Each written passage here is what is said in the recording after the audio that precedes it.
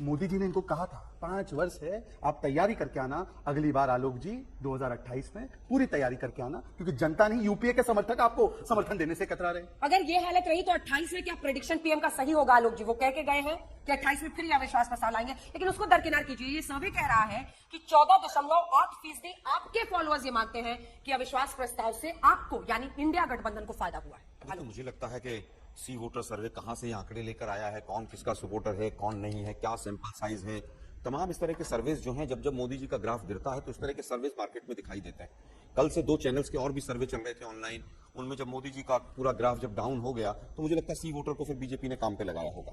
अब बात आती है इरिलेवेंट हो गए हैं। इरिलेवेंट तो मुझे लगता है कि कल के अविश्वास प्रस्ताव के बाद बीजेपी की सोच इरिलेवेंट हो गई है कि वो किसी भी रूप में मणिपुर को रिकॉग्नाइज नहीं करना चाहती, मणिपुर की जो दुर्दशा है उस पर नहीं बोलना चाहते। अब कहते हैं साहब वो पहले कौन बोला, बाद में कौन बोला। मैं तो शहजाद भाई से पूछना चाहूंगा, कितने सांसद थे जब मोदी जी बोल रहे थे, सो गए थे वो? सांसद सो रहे हैं, सांसद सो रहे हैं। आप लोग क्यों चले गए? हम भागे नहीं थे, भागे तो मोदी जी थे। मैं बताता हूँ, उत्तर दे रहा हूँ, आप इतना उतावला क्यों रहे? मैं उत्तर दे रहा हूँ उसका। 1.5 घंटे तक आज कल का विषय अविश्वास प्रस्ताव का ना राहुल गांधी थे ना कांग्रेस पार्टी थी। अविश्वास प्रस्ताव का मूल मुद्दा था मणिपुर।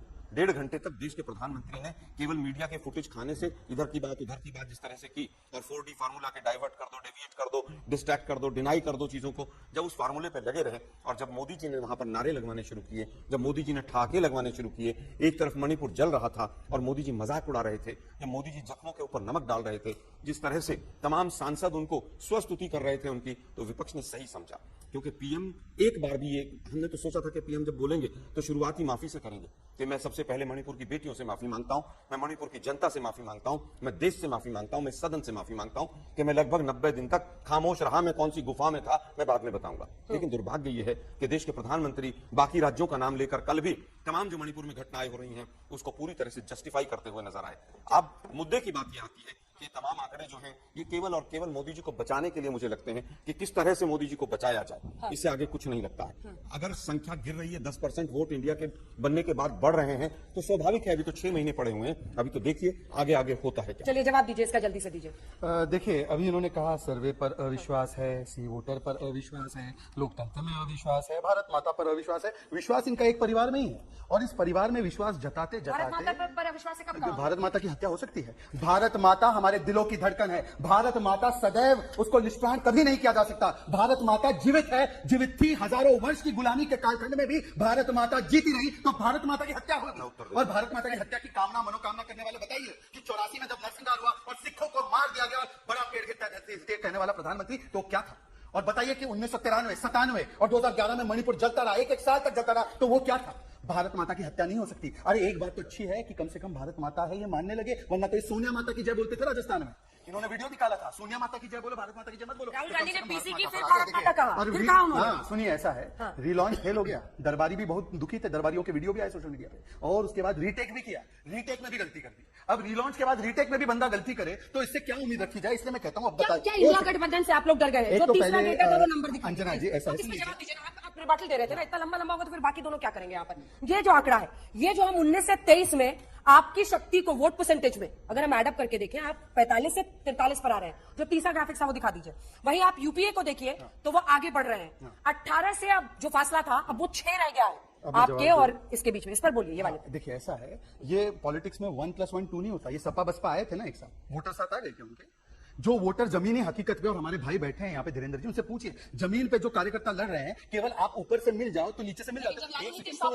अरे सुनिए ना, तो केमिस्ट्री की बात है ना, कहां पर ले जाए कहां पर ना। तो केमिस्ट्री आनी तो चाहिए। अब केमिस्ट्री कैसी है? आम आदमी पार्टी के मोहल्ला क्लिनिक को देखकर कर्नाटका के हेल्थ मिनिस्टर बोलते हैं ओवर हाइप है। ये केमिस्ट्री मिल रही है, ये बायोलॉजी और फिजियोलॉजी सब फेल हो रहा है इनका। और दूसरी बात देखिए, मैं इन्होंने मणिपुर की बात की, मैं आपको स्पष्टीकरण दे दूं। राहुल गांधी 16 मिनट बोले और वो क्या बोलने लगे वहां पे, हंसी मजाक की तरीके से 1-2 गोले फेंकूंगा। मेरे पास वीडियो है, समय कम है इसलिए मैं प्ले नहीं कर रहा हूं। सारे लोग पीछे बैठे हंस रहे थे। प्रधानमंत्री 42 मिनट बोले, होम मिनिस्टर 40 मिनट बोले। अगर आपकी संवेदना थी तो मणिपुर पर सुनकर जाते, आपको right to response Gaurav Gogoi जी को मिलता। क्यों नहीं आपने इस्तेमाल किया? और क्यों आप मणिपुर पर चर्चा नहीं चाहते? और दिल्ली सर्विसेज भी लाए, तब आपने स्टैंड चेंज कर दिया। मणिपुर से नहीं, इनको केवल अपने राहुल जी को स्थापित करना था। रिलॉन्च में भी फेल हुए, रीटेक में भी फेल हुए, इसलिए दरबारी भी नाराज है, उनके वोटर भी नाराज है। राइट टू रिप्लाई क्यों नहीं इस्तेमाल किया गौरव गोगोई ने? देखिए, मुझे लगता है कि जिस तरह से एक घमंडिया सरकार कल वक्तव्य दे रही थी, जिस तरह से नारे लगवा रहे थे देश के प्रधानमंत्री, बड़ा ही दुख हुआ कि उन्होंने खुद को अपने आप को एक्सपोज कर दिया। हम तो कह रहे थे कि आप मणिपुर के ऊपर बोलिए ना। 4-5 मेन सवाल थे जो देश जानना चाहता था। आलोक जी, फिर आप मेरे सवाल का जवाब नहीं मैं आ रहा हूँ, आपके सवाल पर भी आ रहा हूँ। वो तो अभी आप बोल नहीं, चुके आ रहा हूँ, हैं। मैं पूछ रही हूँ कि अगर वाकई इस देश की लगभग, अगर इनके पास 38-42% ही वोट है, तो आप 56-58% को रिप्रेजेंट कर रहे हैं। आप अविश्वास प्रस्ताव लेकर आए। पीएम के बोलने के बाद गौरव गोगोई के पास सुनहरा चांस था राइट टू रिप्लाई का, उन्होंने क्यों नहीं इस्तेमाल किया? क्यों चले गए आप लोग? उसका कारण था। क्या कारण था? उसका कारण सीधा सीधा ये था कि जब सरकार असंवेदनशील हो जाए, जब देश के प्रधानमंत्री एक प्रचार मंत्री की भाषा बोलने लगे, जब देश के प्रधानमंत्री कहें कि मैं बीजेपी का लीडर हूं, मैं देश का और सदन का लीडर नहीं, तो उसमें जब सीरियसनेस खत्म हो जाती है तो राइट टू रिप्लाई और तमाम चीजें समाप्त हो जाती हैं। 4-5 मुख्य सवाल थे। अगर उनका देश के प्रधानमंत्री ने सीधे सीधे जवाब दिया होता, मैं तो कह रहा हूं सबसे पहले माफी से अगर शुरू करते तो पूरा देश उनको सर आंखों पर लेता। क्या उन्होंने बताया कि जो 8,000 के करीब हथियार लूटे गए हैं वहां पर वो किसके शासनकाल में लूटे गए? क्या उन्होंने बताया कि मुख्यमंत्री को क्यों नहीं हटाया गया? क्या उन्होंने बताया कि 90 दिन तक वो खामोश क्यों रहे? क्या उन्होंने बताया कि जिस तरह से वो मणिपुर पर जस्टिफाई कर रहे हैं कि वहां पर जो हो रहा है वहां पर पहले ऐसा हुआ, बाद में ऐसा हुआ, तो उससे पूरी असंवेदनशीलता पूरा पता चला कि सरकार की आत्मा मर चुकी है, देश के प्रधानमंत्री की आत्मा मर चुकी है। विषय मणिपुर था, विषय कांग्रेस या राहुल गांधी नहीं था कि राहुल गांधी ने ऐसा कहा, उसने ऐसा कहा। अरे भाई, चुनावी भाषण में तो आप बोलते ही, लेकिन आप अभी भी देश को गुमराह कर रहे थे। जोड़ों का दर्द कैसे विषय बन गया? देखिए, मुझे लगता है कि मोदी जी जब कहां के कहां विषय जोड़ते हैं तो पूरा देश देख ही रहा है कि किस तरह से मणिपुर को अवॉइड किया। 4-5 जो मुख्य सवाल थे उनको अवॉइड करके जिस तरह से आगे बढ़े वो पूरे देश ने देखा। धीरेन्द्र जी और मनोज जी से पूछे। नीतीश कुमार ये कह रहे हैं कि आप लोग डर गए हैं, इंडिया वालों से डर गए हैं, इसीलिए ऐसा कर रहे हैं प्रधानमंत्री नरेंद्र मोदी। नीतीश कुमार से डरने का सवाल कहाँ है? नीतीश कुमार तो अब वो डूबता हुआ जहाज है। हमारे पार्टी के नेता ने ही उनको तीसरे नंबर के स्थान पे लाके बिहार में खड़ा कर दिया है, और जिनके साथ वो हाथ मिलाए हैं आज हाशिए पे है राजनीति में आदरणीय लालू प्रसाद जी। तो डरने का कहाँ सवाल है? डरना तो कांग्रेस को चाहिए कि जिन लोगों से इन्होंने हाथ मिलाया और यह विश्वास प्रस्ताव खुद के लिए लाए थे, विश्वास प्राप्त करने के लिए अपने सहयोगियों से। अच्छा, पहले चिराग जी जो इतना बढ़ चढ़कर बोल रहे थे एनडीए के पक्ष में, क्या कर रहे थे? रामविलास पासवान जी को तो अब स्वर्गवास उनका हो गया, लेकिन मौसम वैज्ञानिक कहा जाता था, कभी इधर कभी उधर, मतलब जिधर सत्ता उधर वो चले जाते थे।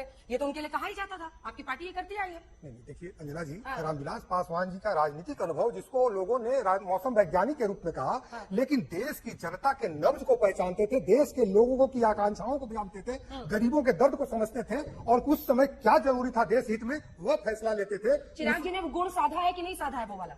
2014 में जो हम लोगों का समझ में आ गया था कि मोदी जी जीत रहे हैं। जी का फैसला था ना, बिल्कुल बिल्कुल, मैं यही कहना चाह रहा हूँ कि 2014 में स्वर्गीय रामविलास पासवान जी की इच्छा नहीं थी, बावजूद इसके अभी हमारे वर्तमान राष्ट्रीय अध्यक्ष चिराग पासवान जी की इच्छा थी कि हम लोग एनडीए के साथ में जाएं। जो बदस्तूर बाहर भी रहते हुए हम लोगों ने मोदी जी की नीतियों का विरोध नहीं किया, नीतीश कुमार जी की नीतियों का विरोध आज तक करते रहे। मनोज जी, अखिलेश यादव तो यूपी विधानसभा में भी मणिपुर का मुद्दा उठा रहे हैं, लेकिन जिस अंदाज में मणिपुर का मुद्दा उठा है देश की संसद में, लोकसभा में, फायदा हुआ है। कई लोग ये कह रहे हैं कि जितना सुनहरा मौका था विपक्ष के पास, वैसा बुना नहीं पाए। उल्टा 4.5 घंटा कप्तान और उपकप्तान ने दूसरी तरफ से बैटिंग कर दी, क्रीज पर टिके रहे नरेंद्र मोदी और अमित शाह, जिसकी वजह से उनको एडवांटेज हो गया। देखिए अंजना जी, आप एक ख्यातिलब्ध पत्रकार हैं और मैं समझता हूं कि आप उस धरती से आती है जो बुद्ध की धरती है। आपने पूछा कि मणिपुर से अविश्वास प्रस्ताव से क्या फायदा हुआ, एडवांटेज क्या हुआ? फायदा हुआ नहीं हुआ। मैं समझता हूं कि जो पार्टी ये नारा देती है कि बेटी बचाओ बेटी पढ़ाओ, उससे आगे जाती है। वो पार्टी क्या कहती है? पार्टी कहती है यत्र नारी पूजन्ते रमन्ते तत्र देवता यत्र तास्तु न पूजन्ते सर्वास्त्र फला क्रियाचना। वो पार्टी कहती है कि नारी हमारे लिए देवी है, उसकी पूजा होनी चाहिए। वो पार्टी इस देश के मणिपुर में जब उन बेटियों और बहनों के साथ भीड़ ने हैवानियत करा, जिन बहनों और बेटियों के घर के लोग इस देश के सरहद की सेवा करते हैं, उनको जब नंगा घुमाया गया, उनके साथ जब भीड़ ने हैवानियत करा, तो वो पार्टी 90 दिन तक चुप रही।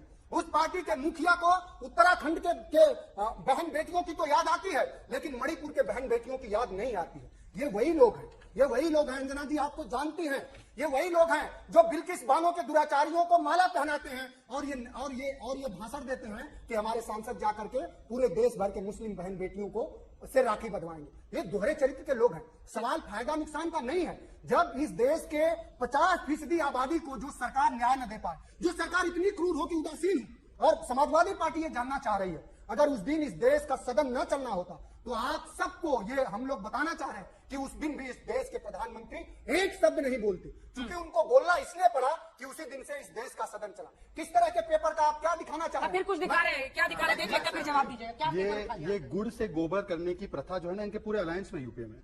अब देखिए आजम खान इनकी पार्टी में है, जयाप्रदा जी के इनरवेयर के बारे में बात करते हैं। अबू आजमी बोलते हैं महिला तो खुद जिम्मेदार है मोलेस्टेशन के लिए, गायत्री प्रजापति के लिए अखिलेश कैंपेनिंग करते हैं, सजा हो जाती है तो बीवी को टिकट देते थे और बॉयज विल बी बॉयज। अरे क्या बात कर रहे हैं? किस तरह की बात कर रहे हैं? मणिपुर बर्दाश्त नहीं कर पा रहे हो? बिल्किस बानो पर बात करो, बिल्किस बानो पर एक शब्द बोल के दिखा दो मुझे, एक शब्द बोल के दिखा दो बिल्किस बानो पर। हैं? काका प्लीज, काका जी, बीच में नहीं, आप एक शब्द बोल के शॉटिंग दिखाओ। मैच के लिए दूसरे चैनल पे जाइएगा सर, वहां चिल्लाइएगा एक अब देखिए मैं दोनों को गंभीर अपने मित्र भी मानती हूँ। मैं इसे 10-15 सेकंड में सवाल पूछूंगा, बस 10-15 सेकंड।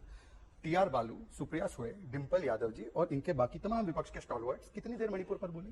डिंपल यादव जी 500 रुपए की थाली के बारे में बोली। एक सेकंड। दूसरी बात, मणिपुर पर आप चर्चा के लिए सीरियस थे क्या? मणिपुर पर चर्चा के लिए अगर सीरियस होते तो जवाब भी सुनते, और उससे पहले 9 दिन आपने ब्लॉक क्यों किया? पीएम बोले वरना कोई सदन में कार्रवाई नहीं होगी। दिल्ली सर्विसेज बिल पर आपने चेंज कर दिया। चलिए छोड़िए, असली कारण यह है अंजना जी, इनका 144 का आंकड़ा आप लोग दिखा रहे थे आज तक पे, सुबह से दिखा रहे थे 144 इनके, हमारे इतने, इनके 144। वो 144 भी नहीं आने वाले थे। ये राहुल जी की स्पीच सुनकर अच्छे दरबारी मीडिया में भी और इनके साथीगण भी बोले बख्श दो हम तो चले। तो इसीलिए ये फ्लोर टेस्ट में फ्लोर खिसकने वाली है, इसीलिए भाग गए। एक छोटा सा वो जवाब दे दे, फिर मैं आपको बोल रहा हूँ ये 2 महीने के साथी है और आम आदमी पार्टी 1 महीने की साथी है। डिंपल यादव जब बोली तो वो महंगाई पर ज्यादा उनका फोकस था, और आप लोग चाहते थे मणिपुर पर गिरना। क्या स्ट्रैटेजी इधर उधर बिखर गई, फैल गई?